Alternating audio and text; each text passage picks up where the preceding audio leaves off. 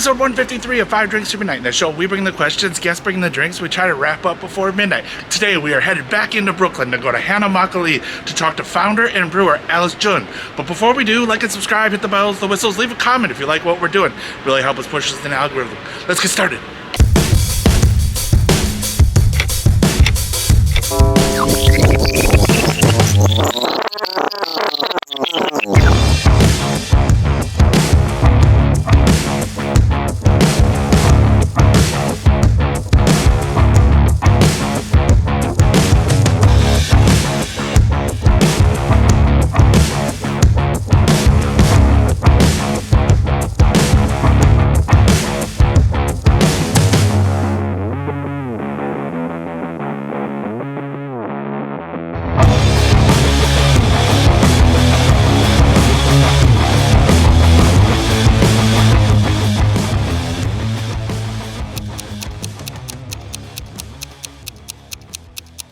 Alice, thank you so much for joining me. 5 drinks at midnight. 5 drinks, 5 questions. Midnight, whatever comes first.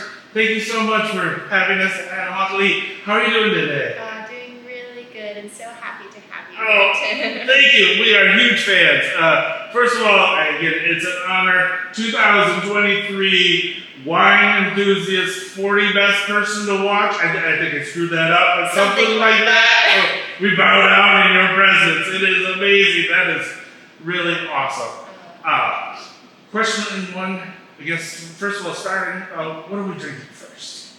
So today we're going to be drinking a variety of Sool. Okay. That's what we generally refer to it as, a traditional style of Korean alcohol. Okay. Of course, there's like any other category, a more artisanal side and a conventional side, and with the Korean category in the U.S. market, prior to us, there hadn't been really people sharing anything around wild fermented, mixed culture, kind of Korean rice wine. Okay. So our production for the last 4 years has been dedicated to exploring that methodology, trying to share with people and educate that, Sool doesn't have to be, or makgeolli doesn't have to be just this sweet soda poppy thing. Okay.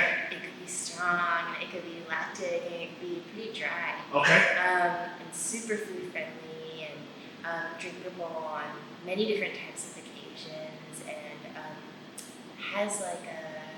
it has relevance to the palate of 2024. So, and then with Zoom, Sool. that's like almost anything alcohol related, right? Yeah. Like it could be vodka, it could be whiskey, it could be anything. Like you can say Sool mash dogaja, and then it could be let's go get beers or let's go get wine. But from an, industry or a taxonomy perspective, we like to use that term to describe the general overall category of Korean alcohols, both fermented and distilled. Okay. And then, of course, solid and fortified. But we'll get into that. Awesome. Yeah. So then what are we drinking first then? Yeah, so first up is our Yakchu 14. This is our clarified style of Okay. wine. We make very few clarified styles. One, because the category is lesser known for the clarified styles, but also it's really difficult to make. Okay. Our Yakchu is a 5-stage brew fermented over 70 days Oh, wow. using all organically grown rice from California, sourced from one family farm. Okay. And then a wilder mixed culture starter, so our nuruk here. And then that's it. Okay. Water and thyme. Okay. A little bit of oxygen. And we ferment for 70 days total. And then the racking we don't get with the fining. We don't clarify with fining agents or anything, so we'll get 70-80% deal. Okay. So it's quite precious to us. But Awesome. Is the time, the 70 days, is that normal or is that? it can range. Okay. And that's kind of part of the work that we're doing at Hana Makgeolli is that we're trying to convince people that there are stylistic decisions that brewers can make, right? So the category just by name, or a product just by name, doesn't mean that it should taste like one thing. Makgeolli or Sool is not monolithic within that. Depending on the producer, depending on the style of that region that they're producing in, or what they've been exposed to in the past, the wines could be different. So clarified styles range. It can range dry to sweet, it definitely favors the sweet side of Okay. the industry overall. Okay. But Ariyakju is a dry style. Awesome. And then are there rules to drinking? Kombe. Come back. Generally speaking, I should turn away from So that's what I was wondering. That's because the disrespect is like turning your nose at myself. okay. So you should avoid that All right, shifting all right. your body. Okay. Besides that, I mean, there's of course like pouring for your elders, the way you should pour, or things like this. But outside of like some pretty like what I view as basic signs of respect you should show. Yeah. This Korean Sool drinking culture is not so regulated. Okay. Okay. Sool is not considered precious by any means. Okay. The Korean drinking style is in volume. All right. With people that you love. All right. And that's something that is a little different about our drinking culture than, let's say, sake drinking culture. Okay. Awesome. This is awesome, by the way. Yeah, so super dry, almost like citric, like lactic acidity. There's a little bit of salinity. There's also like a little bit of umami, like a mushroom quality that you're getting from the fungus in our nuruk. I love this paired with oysters. I love this as like a palate cleanser before a meal. This is awesome. Yeah, I was going to ask because Irene, you always says that if you're Korean and you're drinking, you're eating. So what would be one of the things that we pair with this and oysters? Yeah. I bet this would be really good. Just Dude, pour it over. we just dumped straight into the oyster. Nice. That's like our festival move at this point. That is awesome. This is so good. Oh. Yeah, and I think when we drink, like optically, right, the power, the visual power is like such a powerful kind of thing. And when we hear rice wine and we see something that's clear, you're expecting round, high tone, like kind of like curved, like soft and curvy kind of qualities out of the wine, because sake is singular and typically pasteurized, so you get that roundness. In Ariyakju, there's a very strong vertical.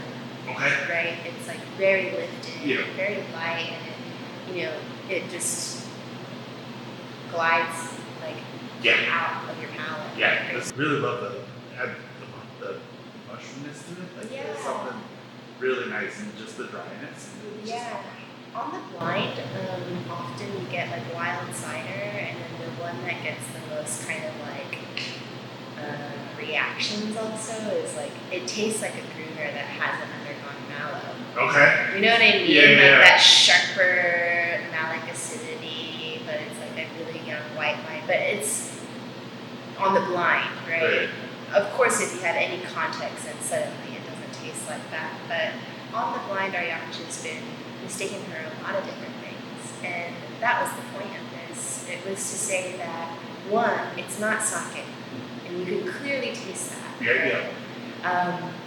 And then two, that it also doesn't have to be what you expect it to be. It doesn't have to be this like super sweet and syrupy style of dessert wine, right? It could be a crushable, really dry, really acidic style. Right, and then also cocktails too, like Great in a cocktail.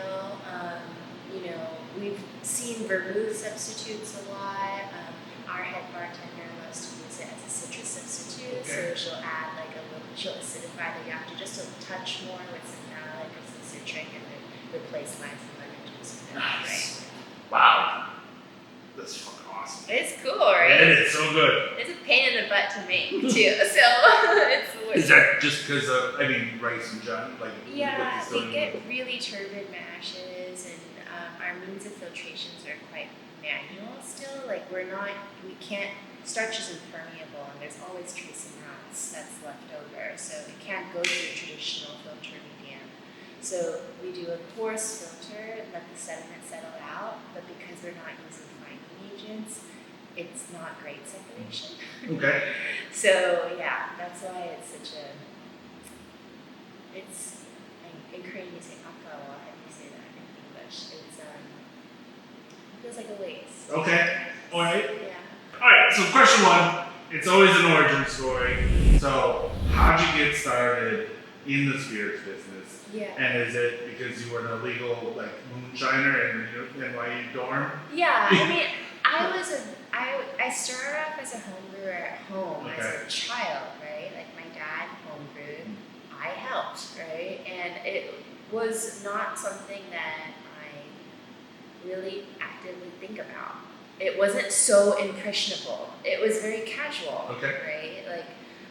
Like the way you learn how to scramble an egg, you learn to steam rice. Like it wasn't all that different in my mind. And it wasn't made to be special necessarily, but it was fun.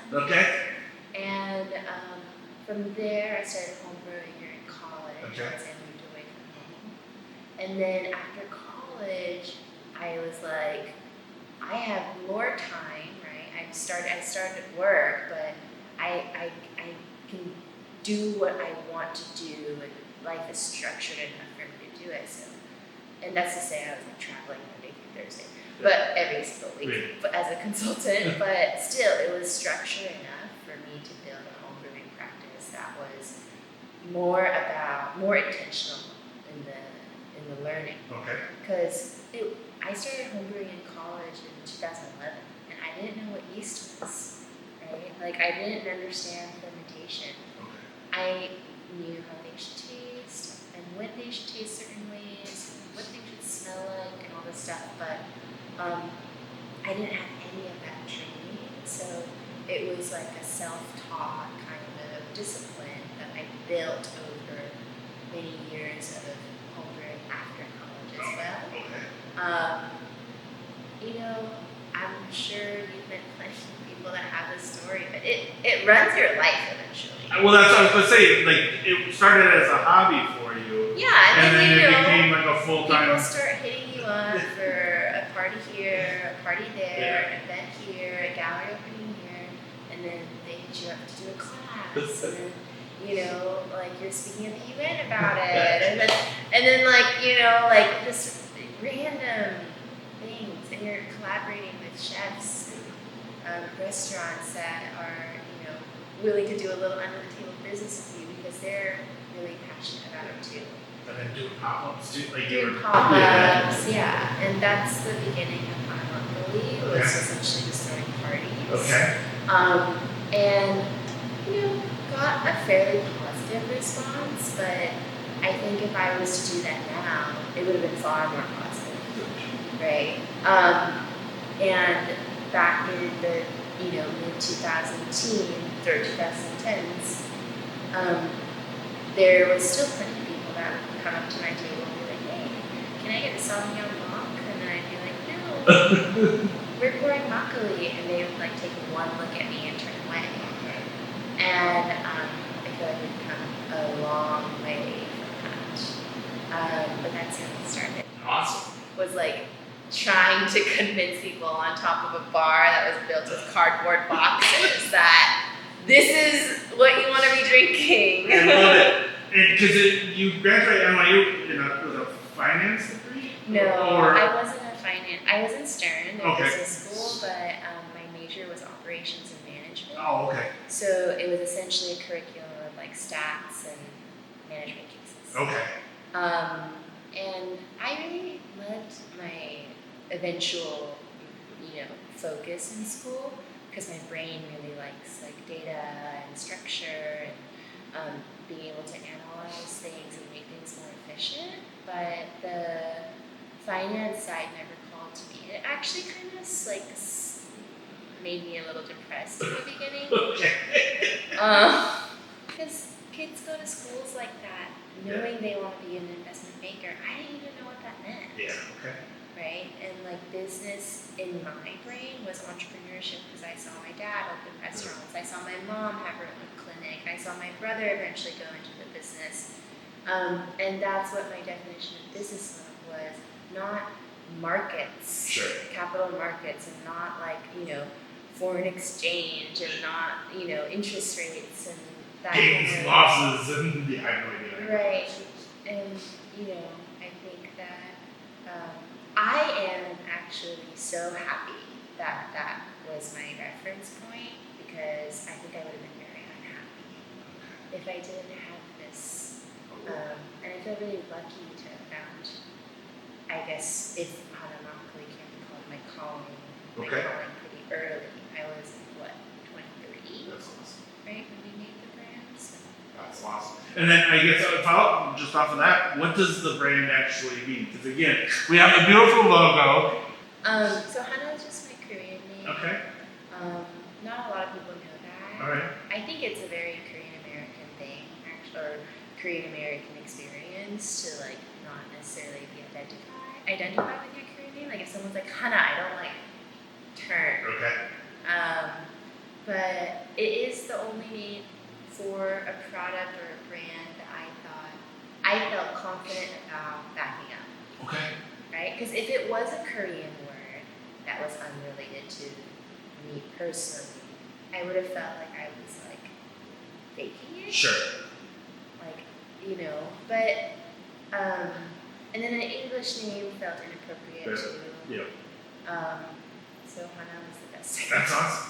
And I'm too lazy to change it. There you go. Well, it works. I think that's an awesome question one and an awesome origin story. So, cheers. Cheers.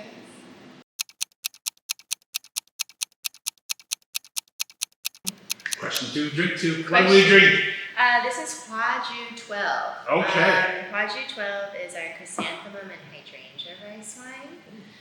It was the second Sool that we ever launched, and it's a botanical wine made with 2 flowers that are added to the mash in the last week of fermentation. So it's a direct or a dry hop. Okay.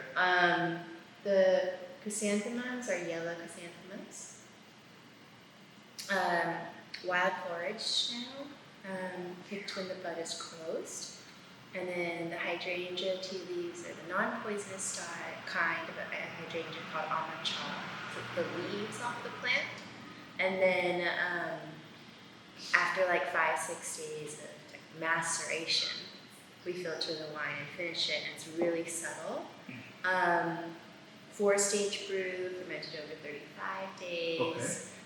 It is, of course, sedimented, so heavier than jeongtongju, but not by much. Okay. It's still quite light. Really nice. A little bit of residual sugar, but near dry for the category. All right. Yeah. It's awesome. Yeah. Cheers. It's 12% ABV, but it still has that nice burn, and I think it's fitting because Hwaju can mean flower wine, but it can also mean firewater. Okay. So, yeah. That works. Nice. All right. So, question 2. You talked a little bit about it because your dad taught you how to make, and you grew up off of that. We read that you talked about how your dad said that it was an art form to make. And can you kind of explain the style, I guess the process of making, and then what kind of changes you made to make it your own? Yeah, so I think that generally speaking, my dad is someone that is naturally an artist and has the general perspective that any form of making is a form of art. And for that reason, I think I grew up doing a lot of hands-on activities, I guess you can say. It's too on the nose with the last impression that person. But anyway, and I think I've always appreciated that. Okay. When people don't understand what the difference between just doing it and mastery is, I think that especially in this time and this kind of current climate, and especially for young people forget that you have to mastery means detail, right? And being able to understand how every single piece, every single movement affects the final result. And with Sool Brewing, one in part because my background in brewing was started off as observational, right?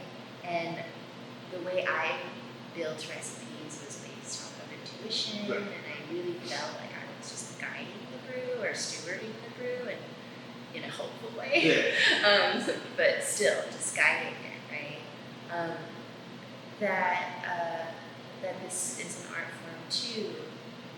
The more and more I continue to share Hana Makgeolli with people, especially for people in the context of like when I'm sharing it with beer drinkers or wine drinkers, I realize that all of the little decisions that torment my brain day to day are also the decisions that torment beer brewers and distillers and winemakers and cider makers, and that we're all technically doing the same thing. We're all making booze, but the art of it is the differences in style. Okay.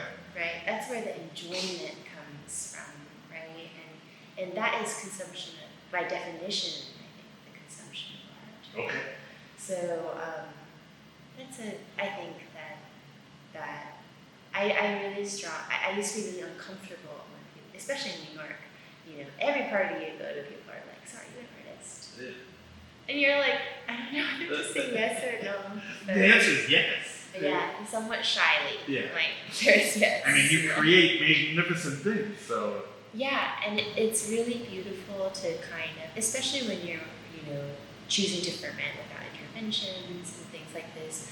It's so wonderful to see a brew finish, and to either, there's a satisfying nature, of course, where it meets you where you expect it to meet you, but there's a sense of satisfaction even if it doesn't go your way. That's awesome. You talked a lot of like muscle memory of creating. Like, was that difficult when going into like a full production kind of thing of being like, I know that doesn't look right or taste right because. But I don't know what to do about it. Yeah, like that. Like how. Yeah, like filtration was such a big challenge for us, for example. Like, I was not mentally prepared for how physical the work would be. I knew I was prepared for the brewing it, but I wasn't prepared for the finishing it when we started.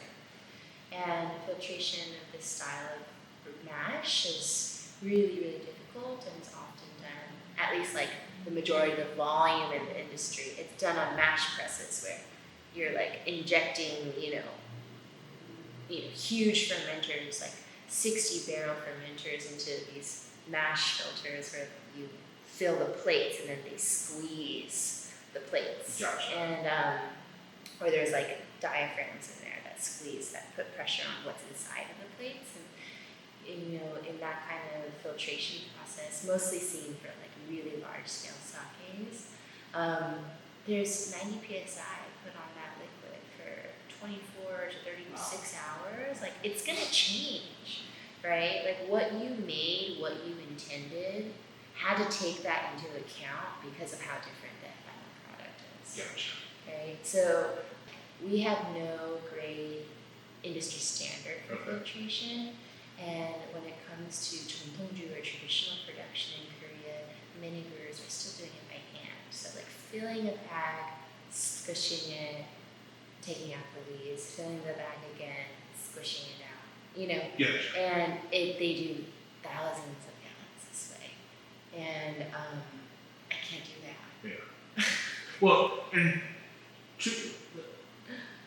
there's not really much of like a Wikipedia or support system for you to kind of, because you're one of the first here in the States to be making this kind of style. Yeah. So like you can't be like, we'll call up someone down the street and just be like, hey, I got this problem. So it's a whole rabbit hole that I chase every single time, especially if I'm dealing with like a mechanical engineering question, right? Because there is now starting to finally be some kind of like standardized systems of brewing makgeolli that we see in the Korean industry, but it's still privatized. There's not like a brewers association saying like, here are your recommended, our trusted trade partners and our trusted fabricators.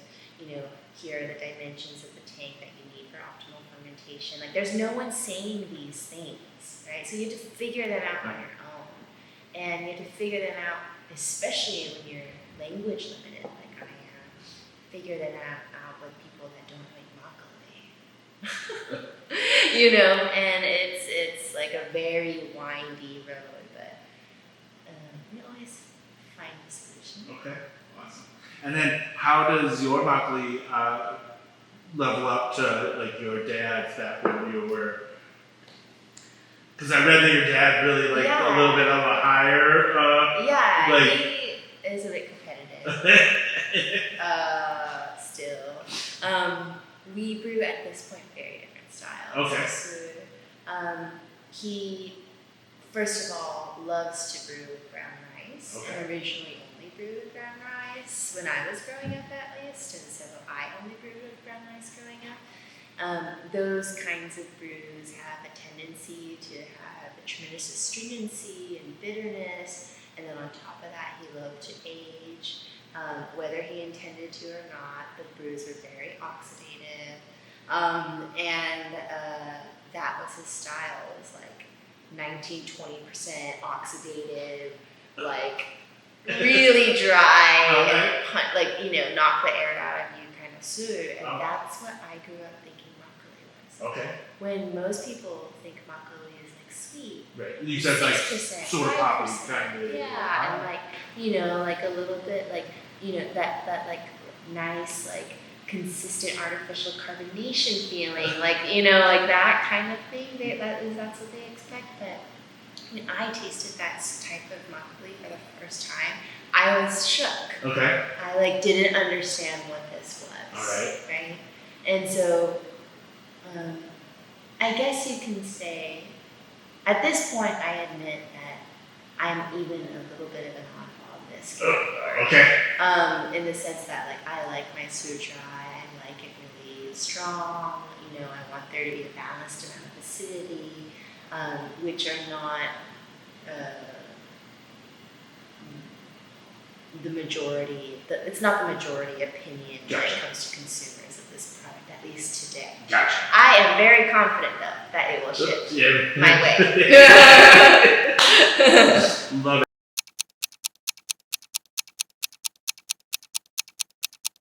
Question 3, drink 3. What are we drinking? Omija Makgeolli. Okay. This was originally our summer wine, but it has officially joined the lineup all year round. Oh, nice. If the viewers can't tell, it is a very beautiful baby pink. I love it. But despite its baby pink cuteness, it is ripping in acidity. Okay. It's a 3-stage brew fermented over about 35 days.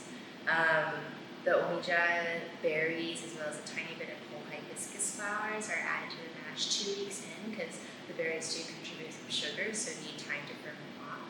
And omija is like the equivalent of the juniper berry manufacturer, right? We love it for its flavor, we love it for its medicinal properties. As a result, it makes its way into a lot of brewers' ferments and also distillers' spirits. And yeah, this is our version of omija makgeolli.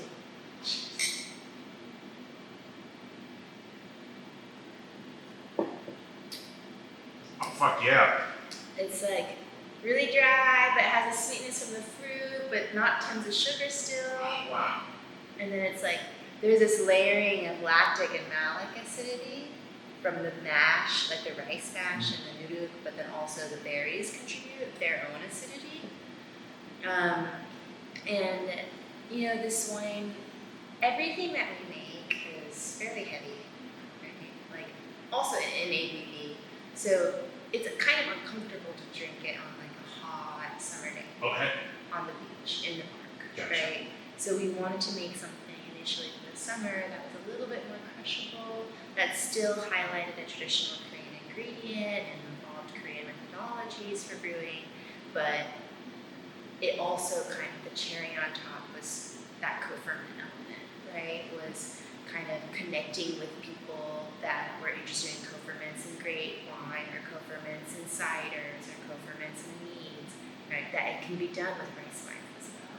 And 2021 is when we started playing with omija and playing with like tangerines and things like this, and it really opens the door to like a whole new world of production. That's awesome. This is amazing. It's so good with fried chicken. Also great on top of an oyster as more of like a 1-to-1 mayonnaise substitute. Okay. The omija makgeolli performs excellently in hot pot. Like Okay. anything where it's like really spicy chili-driven spice, it'll just All right. pop out right off. Yeah, it's a fun thing. That's awesome. Alright, so question 3. This is usually our talking shit segment because we've had 3 drinks, so we get a little bit. I'm going to save that for question 5. But you started a brand in 2017, opened the shop in 2020, and you've been known to, I'm going to say, MacGyver the shit out of place. Like, you've taken objects that are meant for other things to create the way that you want your processes to happen, correct? Yeah. And then again, if you can't find that, you've gone and We just built it. Yeah, you built it, which I fucking love.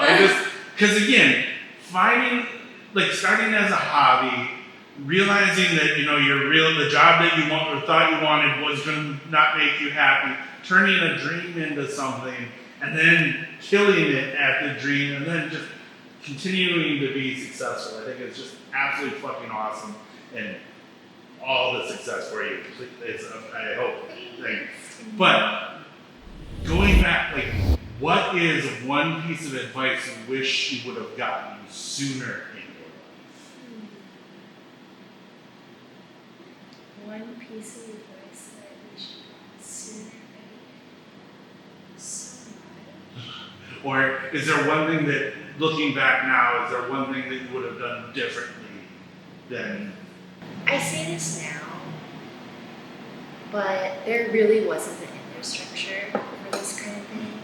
And also I'm saying it post-pandemic, which we forget now that it's 2024, that the pandemic was this extremely outlier event with very low probability of happening, and that it ruined our lives for a second there, and we forget that, Yeah. we repress that. The fact that we survived all of this is a fucking miracle. And thank you for the comments on success so far. I'm really proud of this too.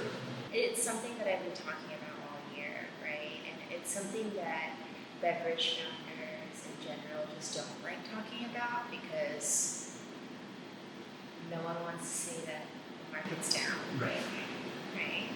But it's fucking down, and it's hard. And I realized this year and accepted that the timing was right for when I should have learned this lesson. But I could have certainly used the advice that success isn't defined by year-over-year growth. Okay. Only, right? And that if you really want to build something in the long term, like we have somewhat proclaimed for ourselves in Hana Makgeolli, I do want to see this brand exist 20, 30, 50 years beyond me. God knows if there could be more. But, and not every year is going to be better than the last.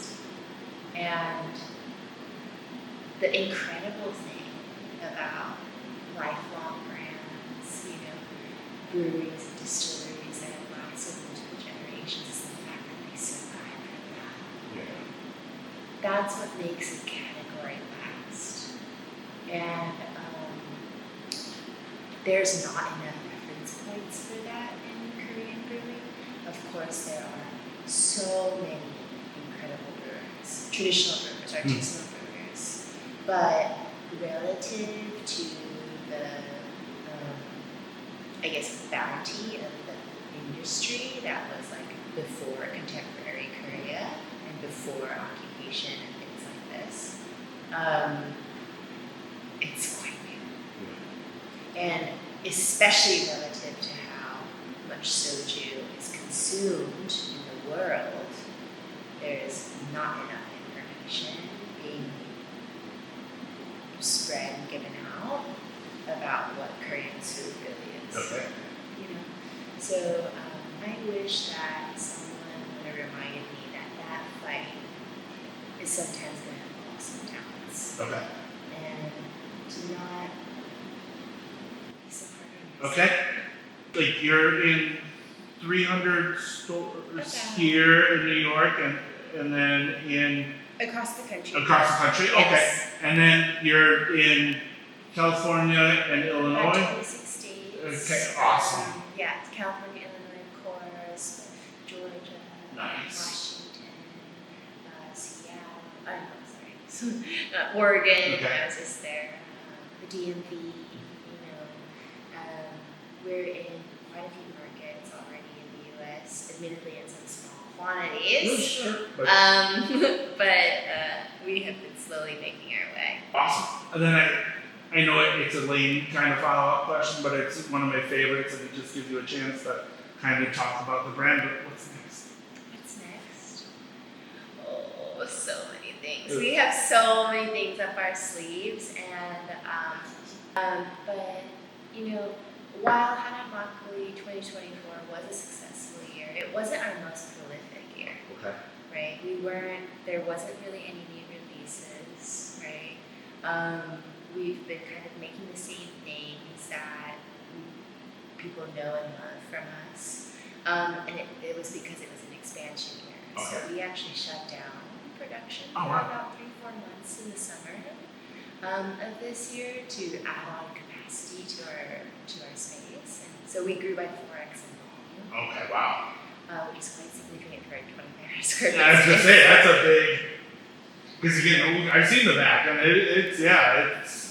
to get It's 4 times tight. bigger. Yeah. It's tight, and we are because of that, we haven't really been able to execute on all of the ideas that we've kind of. It's been backlog build up, right? It's Right. like we wanted. Well, I can't say everything. I don't know the secrets. You know, Yeah. we want to make something that's more accessible. Awesome. We want to make Hana 60 at a lower degree. Okay. We want to make fortified wines. We want to continue on this co-ferment path. We want to do so many different things, and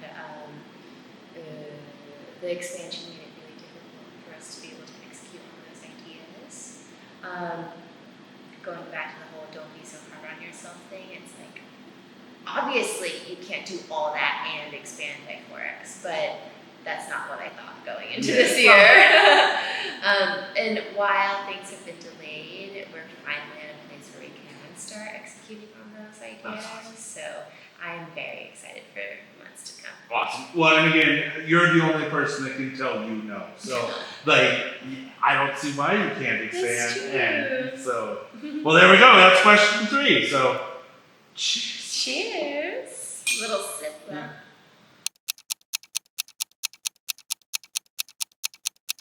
Question 4, drink 4. What are we drinking? Drink 4. We are drinking jeongtongju 16. Okay. This is the wine that started it all for us. Okay. It was our opening product. It still is our flagship brew. And it's a 3-stage brew fermented over 28 days. It has the most residual sugar and the most ABV of all Okay. wines. That being said, it's still near dry, has a nice balance of acidity, but it has more of that like round, fruity quality that you expect out of a rice wine. Gotcha. But yeah, an extra punch. Okay. Yeah. Awesome. Cheers.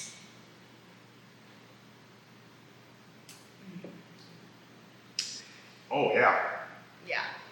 Oh, that's fucking nice. It's nice, right? Oh, yeah. And so different from the rest too. One fun thing about our production since the conception of jeongtongju 16 is that every single brew since then has been made with the same rice. Okay. So it's medium grain white rice and sweet white rice, both of japonica varietals that are grown by Pollitt Farms in Maxwell, California. Okay. Every single brew that we make is either 100%, if not 75% at the lowest, Pollock Farms' rice across all of the cuvées. So takju that you just tried now, yakju, the clarified one, hwaju, omija, these are all made with the same exact grain. And I think in other industries or other categories, we see varietals or styles of wine based off of varietals of grapes or varietals of grain or specific types of yeast and things like this. But for our production, the fun reflection is that every brew is so different from each other, but it's the same yeast. Awesome. Same culture, same rice, same water, same people making it, same facility, it's just technique. Wow. That's crazy. So are those all the same style? Like, are there more styles yet? There's more styles. Okay. Yes. So you said pick 5. Okay. No, yeah, but like. We made about 15 more. Okay. Ranging from co-ferments with traditional botanicals to co-ferments with non-traditional botanicals, more like Northeast kind of botanicals and herbs and vegetation. And then we made a few aged projects as well. We make a barrel-aged wine. We age in clay. Okay. And that's traditional, correct? Like with the clay pot? The barrel aging is not traditional. Clay is traditional, yeah. We've made a distillate. We've just made so many That's fucking awesome. odd things, yeah. All from the same ingredients. That's fucking awesome. That's amazing. But this is so fucking good. The takju is the best seller for a reason, you know. It has that nostalgic quality that people love about makgeolli. It's like very specifically this like over fermented fruit quality, right? Like kind of like melon guts, kind of esterification, Okay. right? Stinkiness, and that's one of the wonderful things that you can get out of mixed culture rice-based ferments is tremendous amounts of esterification, right? Because not just starches you're fermenting fats and proteins. Okay. That's from the unmilled rice. So there's a tremendous amount of flavor productivity that comes from traditional Korean brewing. And so in conventional makgeolli, when you see rice flavoring, right, that's some kind of extract or puree that's put into that wine to imitate this flavor. Gotcha. Not only have like the bar and restaurant, but you also have the tasting room, so people can come and take classes with you. Yeah. Right. Like, yeah. So the tasting room's open. It used to be open Thursday through Sunday. Now it's open Friday through Sunday, and we have like our a la carte anju and Sool menu where people can order drinks, order food, and everything is pointing towards the food. So if you from a food perspective, it all pairs well. From a soup perspective, you have access to everything in flight, glass, and carafe format, right? Awesome. Everything that we make here. But the tasting room is also somewhat of an event space. We of course do classes. We do making with makgeolli classes here, where we teach people how to home brew the wine and go into depth about the history and the methodology. Excuse me, for drinking. Methodology. And then we do tours where we show people how exactly we make it in our facility. And then we do it's kind of the same old thing that I was doing before, just throw parties. Nice. Right? Get amazing chefs involved, bring on a new menu, invite a new crowd, turn the music up, and show people viscerally that there's a place for makgeolli in their palates. Awesome. Right? And that it pairs well with different kinds of cuisines, and not asking people, telling people that this is possible, and this space has given us the opportunity to do that. That's awesome. Yeah. And I know that you started again with your pop-up days. Is there anybody that you'd want to host as a pop-up now that you have a brick and mortar space that actually so many. But still at the top of my list this year is, because it was my 2024 resolution, was to collaborate with a restaurant called Ugly Baby. Okay. And I am still determined to do so. All right. Yes. All right. Let's see what we can do. I mean, it's Northern Tide. Oh. You have to come. Oh, yes. I'll make sure you get the dates. It's a northern Thai food. It's blow your head off spicy. Nice. Can you imagine? I love it. Yeah. That makes so fucking nice. So, question 4.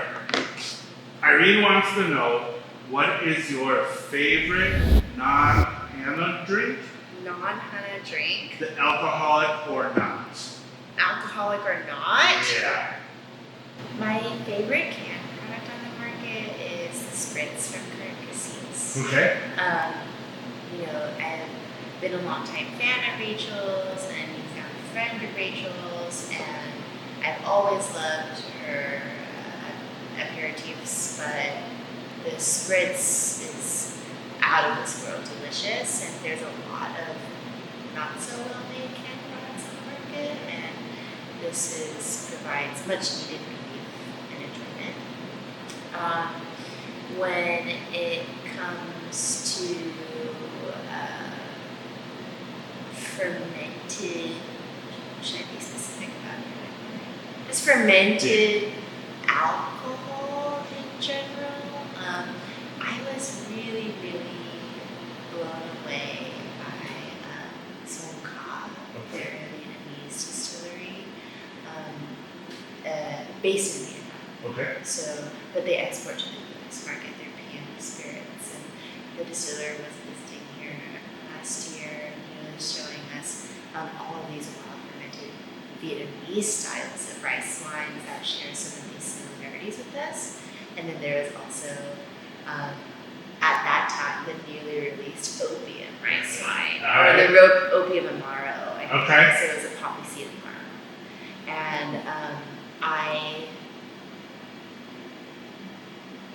I mean, there's still so much to learn. My palate is wowed so much as I go through this journey of tasting things via Hana Makgeolli, but it shook me. Right. It changed my perspective. Okay. And it made me want to make distillates. Awesome. Yeah. There's question 4, so cheers. Cheers. Oh, you don't have anything? Got a little bit left.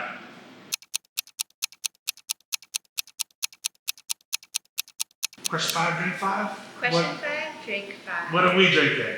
So we're ending the night on Hana Soju 60. It is our first distillate, Okay. and one of the first foolproof sojus that are on the market. Hana Soju 60 is a single distillation of Jeongtongju 16 that you just tried, fermented over 100 days, distilled in a single column with 5 plates, copper pot still at Matchbook Distilling. And is a really great representation of more traditional style of soju. Okay. The green bottle soju that most of us know is either neutral grain spirit or ethanol from petroleum, and it's not. I mean, frankly, just more, but no offense to anyone, but it's just not soju. Gotcha.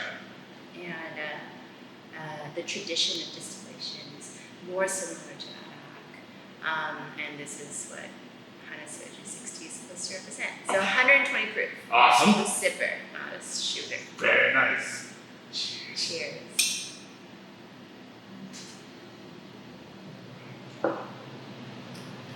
Ooh. That is fucking good. Isn't that fucking good? Oh, that is really good. Isn't it? Leslie made that. I mean, we made it too. We made it in collaboration. Oh, And it turned out so beautifully. that is amazing. And so smooth for 120. Mm-hmm.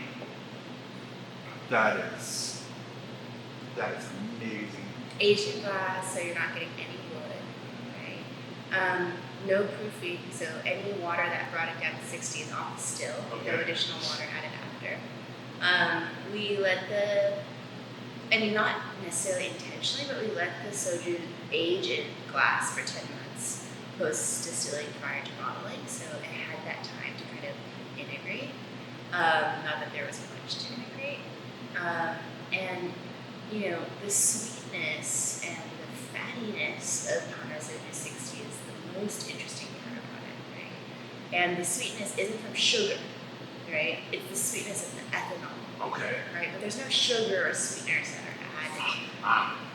And then the kind of fattiness that hazelnutty, sesame seed, kind of like high viscosity, that kind of quality.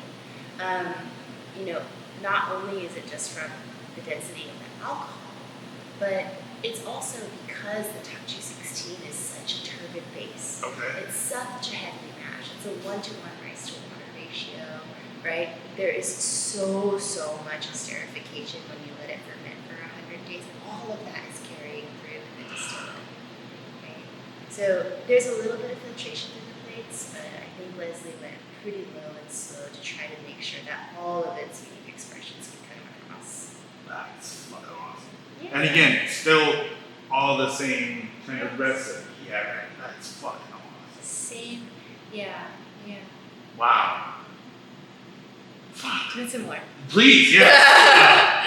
It's really addicting. It is so good. Like you said, the sesame, the nuttiness of that is Yeah, and I'm sure there was some caramelization in the Yeah. pot that affected it, but it's not overly caramelized. Alright. Why we enjoy that? Because that is just fucking delicious. Question 5 comes down to the flip of the whiskey Wednesday coin. You can flip it, you can spin it, I have mine ready. but that's the new one. So, and again, you don't have to answer, but the coin will give us the answer. But feel free to give us the answer if you want. What is this? Hang on. But I said that we were going to save the talk and shit for The end. which is going to be this question. So, question 5. Being a West Coast girl, is the East Coast better than the West Coast? Oh my god. You don't have to answer, but the coin will give us an answer. So. Okay, let's see what it says, but I don't mind sharing the answer. Just let it drop on the table. I mean, you can spin it. I mean, at least it's wood, so at least the coin won't. But yeah, there you go. Says fuck no. No! I actually think the answer's a bit different. Is it? You say fuck yeah? And this is no hate to California. Like, I had my struggles growing up there in a rural town in California, but I still love the state, and especially now in Hana Makgeolli, like the market. It's our second biggest market, and we have such a strong community there. I love California, but growing up, the density of the diversity in California was so spread out that I think it made it really difficult for me to, in any semblance, be really proud of being Korean. The thing that I love about the Northeast isn't like, I love the food, I love the dialect. I love the general culture and stuff, but I think it's so simple, but the density and the diversity, it makes you feel like you're normal. Okay. It makes you feel like if you're pursuing something that's on a cultural path, that you're not like out of this world insane, right? Well, you could be, but at least they embrace it. I mean, maybe I still am a little bit insane. I think you have to be. I think everybody is, right? Like, isn't that the best part of being following your dream? Is that you're a little crazy? And like doing that in New York, where so many people that are living so close together are also pursuing their dreams. There's something that's really magical about the city. Yeah. And, I'm not excluded from tiring from the city. Sometimes I need to get out, but I like to remind people that like New York City is amazing. Yeah. And there's no place on earth that's like this place. And the fact that Hana Makgeolli got to set roots here and grow here is really, really a testament to how open this city is. I agree. One of the best things I was told about New York is living in New York is the best city in the world to live in. But one of the great things is that you also get to leave New York. But to find out that if you're a true New Yorker or not is if you get excited when you come back. Yeah. And there is nothing more exciting than flying back home. Like you go on vacation and you're so happy to go on vacation, but flying back and then you see the city skyline and it's absolutely amazing. Relax. Yeah, you're just like, I'm home, and like that's the greatest thing. Well, there we go. That's 5 minutes down, 5 questions answered. Thank you so much for having us. I really appreciate your time. And this was been absolutely truly a fucking amazing experience. So until we can drink together again. So cheers. Cheers. Thank you so much. You're the first person that found Soju 60 as well as I did. It's so good. It's good. That is. Are you driving? No. Okay. I don't have a car. Here you go.